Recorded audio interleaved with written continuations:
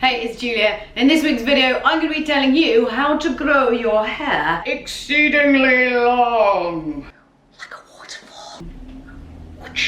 I think most women, at some point in their lives, dream of having their hair really long. You know, it's almost kind of like Samson-like, right?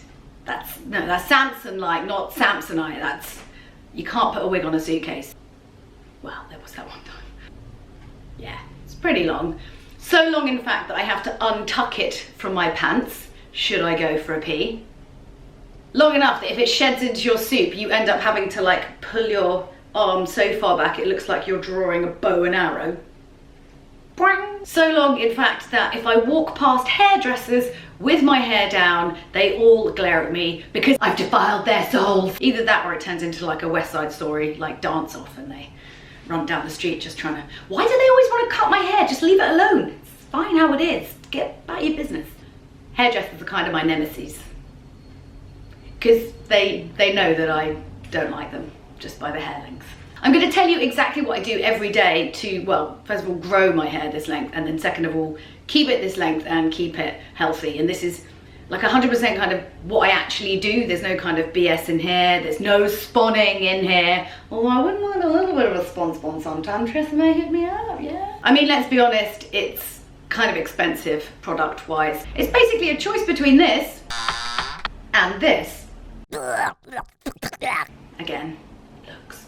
Obviously, caveat at the start of this, my hair is different to your hair. You know, different things are going to affect it in different ways. So this is just what works for my hair. Like, seriously, do we have to keep putting these things at the start of videos? I mean, come on, just use some common sense. But I'm so busy. Ugh, where's this bin? Number one has to be the biggest difference, the thing that I notice more than anything else if I talk to people about hair, that I do differently than other people do differently, is that I don't go to a hairdresser's. Like, not at all. I think the last time I went to a hairdresser's was maybe 8 years ago. It's the whole small child of not cutting your hair. I mean, it's this many years, right?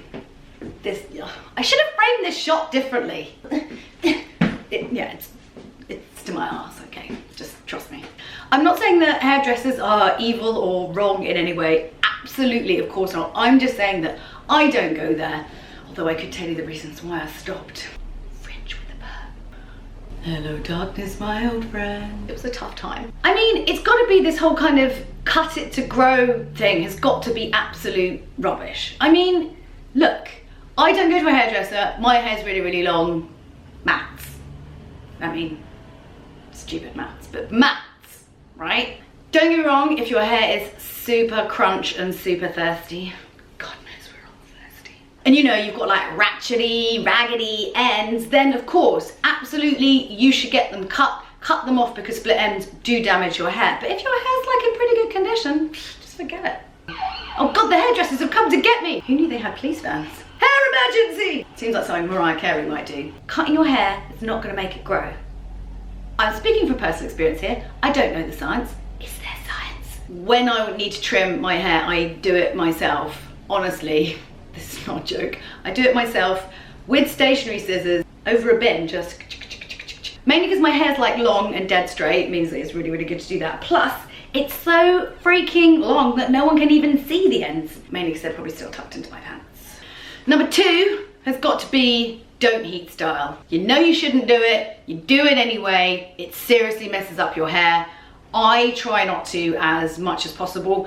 I am lucky because my hair is dead straight, so I don't really need to straighten it, although I do have these weird little wispy bits of hair that defy all the laws of hairspray and product. Sometimes though for work, you know, I'll have like a hairstylist, makeup artist, and they will kind of just go at my hair quite savagely. If that kind of happens, I just kind of, you know, I sort of try to treat it a little bit nice afterwards, you know, baby, I treat you really good. You want chocolate cake, baby?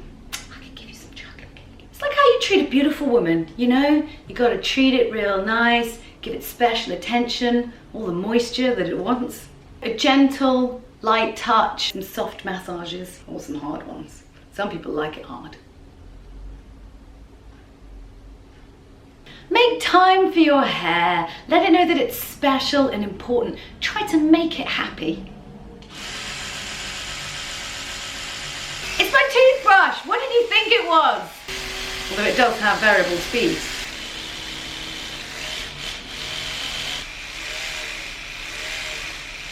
I think I'm gonna stop using this now.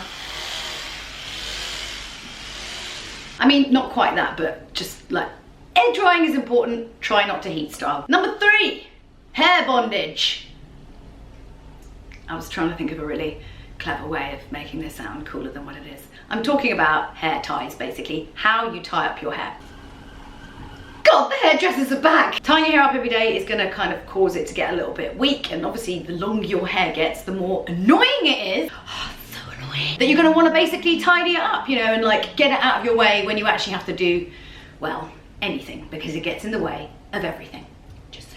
Where you tie it on your head, so try and like mix it up, don't do it in the same place. Like if I'm going to the gym, I'll kind of move it forwards and backwards a little bit or to the side, you know, just so it kind of moves around the places that I'm making it a little bit weaker. You know, the longer your hair gets, the more you're gonna have to tie it up to get it out of the way, because quite frankly, long hair and wind don't mix. Long hair and headphones don't mix. Well, long hair in most situations don't really mix unless there's someone to coif you, should you want that. But hey, you know, you want it right, you want the long hair, you're willing to suffer those kind of small little moments just so you can, you know, get the hair of your dreams, right? Just wait till you vacuum your house and basically you push your vacuum cleaner motor to its limit. Those stationary scissors are gonna come in handy, you'll see. So not only should you change the placement of where you tie your hair up, it's also really important to use the right kind of hair tie, okay? So these ones, oh yes, these ones right here are very thick and forgiving, much like my ex-boyfriend. Shouldn't make myself laugh. They are actually the best ones that I've found for tying my hair up, because the thinner they are, the sort of smaller the point is where it's going to cause weakness. Ones with metal bits on them, steer well clear. I mean, I feel bad warding you off staying away from things with metal in them. The bands with like metal bits are quite good, but they are quite thin. Just don't ever use these. Why do I even have this? Next bit of advice, what number are we up to? Is it 4? 4? You need to drink a lot of water, yeah? Because it is such a distance between your head and the bottom, you know, when it gets super long, it'll happen, don't you worry. When I tie it up, because the ends can get really, really, really dry, I tend to do this little tactic here. So obviously ponytails more like that are gonna stretch at that particular point. So if you want to tie your hair up, I twist like this. Twist, twist, twist, twist, twist, twist, twist, twist. Roll it around, around, around. And like normally, people kind of wind the bun up and then put the hairband on. But what I do is this. Top tip. So I do it like that. Don't worry, I'm not gonna look like I'm in some sort of weird like 90s music video. Well, can't help it. And then just basically push them in like this so they're not being held by a hairband. And then if you really need a pin, you can put a pin in there, but then basically when you undo your hair, it's not like really crunchy at the ends. Wow, those hairdressers really don't give up, do they? Just keeps the ends a bit fresh. Fresh. And then of course you'll get less split ends. Actually, if you want to reduce your heat styling, if you've got really straight hair like me, if you twist it around in that bun that I just showed you like that, actually if you leave it in when it's wet, when it comes out, it's gonna have like a nice little easy curl. Or of course plaiting is something I do as well. Just easy way, style your hair, get a little bit of a curve and a bit of a kink in it. You can just, you know, wash and go. Wasn't that what the advert said? I don't know, I can't remember. So the next thing you need to pay attention to is what you put in your mouth. Not that. So I tend to find that my hair is really, really good when my nails are, like I'll notice my nails getting strong, which shows that I'm doing something right for once. And it's usually when I'm paying attention to eating a little bit better, trying to be a bit fresher. I mean, it's obvious stuff, you know, think back to like what your mum told you when growing up. Well, not that bit about why your dad's banned from that golf course. But you know, it's like all the usual healthy stuff. We all know this, and if you don't, are you enjoying your first day on the internet? It's weird, isn't it? Dyeing your hair. Again, common sense. I mean, mine's obviously all natural from the 12 different types of blonde that it just naturally grows at. What are you trying to say? Some of us can't help but dye their hair quite a lot, and especially because I tend to bleach it when I can be bothered. Not often. It can get really, really dry. Like even when you're using like fancy products, it can get really, really dry. So just when you're doing it, just try and be extra nice to it. I tend to I like wash and towel dry and then put on like some conditioner for a really long time, and maybe some kind of like leave-in conditioner just for like the week or so afterwards, just to make sure that it's kind of just got a little bit of extra attention. Everyone likes to feel special. So one of the things I notice when I've over bleached my hair and really wrecked it, it's been a few times, especially this bit at the front. There was a point where I would wash it and I could stretch it to like almost an extra bit of length, like further than my arm. This is what we with hair call the danger zone. Anytime your hair is elastic, okay, we are at near critical mass here. That's why these bits are slightly shorter, because at one point I was like, oh, that's fine, let's stretch it like that. And then it dries and then it just completely breaks. Idiot. In terms of actually like daily care and how I like wash it and treat it, this is what I do. I don't wash it more than 3 times a week. If I do use shampoo, it tends to be, I tend to find something that's as natural as possible, because shampoo can wreck your hair. Only take a small amount, put it in your scalp, wash it here, and it will just kind of run through the lengths of the hair. Only fully wash it with shampoo if you've like had it really styled and like there's like a bunch of product that you need to get out of it, but otherwise that's totally fine. Get some dry shampoo if you need it. I do. In terms of conditioner, I always, without fail, get a conditioner for dry and damaged hair, because I like a little bit, you know, I want to keep things moist. Who doesn't? Then when I put it on, like the best version of it is to like shampoo it, then kind of towel dry it a little bit, then put the conditioner on that way. And if you need extra, why have I said that so many times? Help, because your hair is getting stringy and stretchy, do that, but then like put on a shower cap and then basically just go and sit on the sofa and eat cheese and watch Netflix. I mean, you know, the cheese isn't imperative to hair care maintenance. Netflix is. And now comes a critical moment when your hair is wet. Shut up, filth.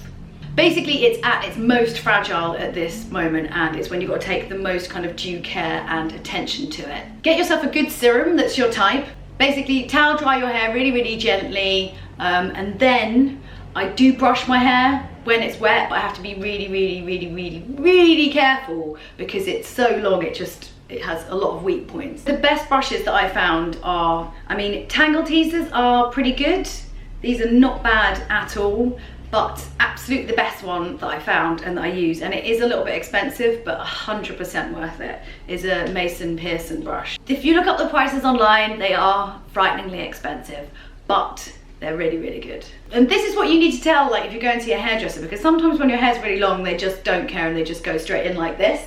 And like, I can only do that because I've recently brushed it, because I was like, oh, you're gonna be on camera. Always start from the bottom and then work your way up. Never start from the top, because it's just long. It's just gonna have tangles in it no matter what you do. It looks like I'm brushing my boobs. Wouldn't be the first time. Just do it really gently, and that's what's really good about these Mason Pearson brushes. They are very gentle. So like I say, it's really important to start from the bottom and work your way up. And you know, you can apply that rule to other aspects of your life. Well, I hope that's helped, and it will. Okay, so this is one thing you really need to know about. You have ghost hairs all the time, everywhere. You're like, where is it? Like everywhere. No, it's still attached to me. Ghost hairs. There's another one. I'm getting, oh. I've got so good, I can like spot a singular hair on me from a mile off and I know exactly where it is.